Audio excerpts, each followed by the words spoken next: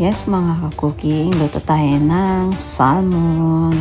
Ito yung ating ginamit na seasoning. Yan. Tapos lagay lang tayo ng olive oil.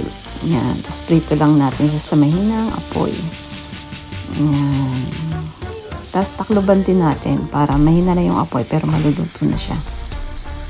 Hindi ko na po siya nilagyan ng asin, kundi yung seasoning. Steak seasoning lang po yun. Ayan, mag-isa din tayo ng garlic. Ayan, gisa lang po natin siya. Tapos pigaan po natin ng lemon. Ayan, pinigaan po natin para mas masarap ang ating salmon. Ayan, super sarap na niya. Lagyan natin sa ating plate. Tara! Yan ang ating masarap na salmon.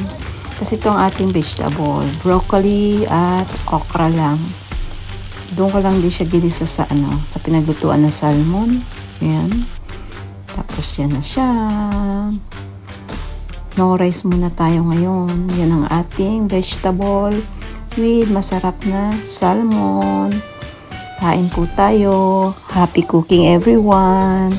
Please subscribe to my YouTube channel. Happy cooking everyone.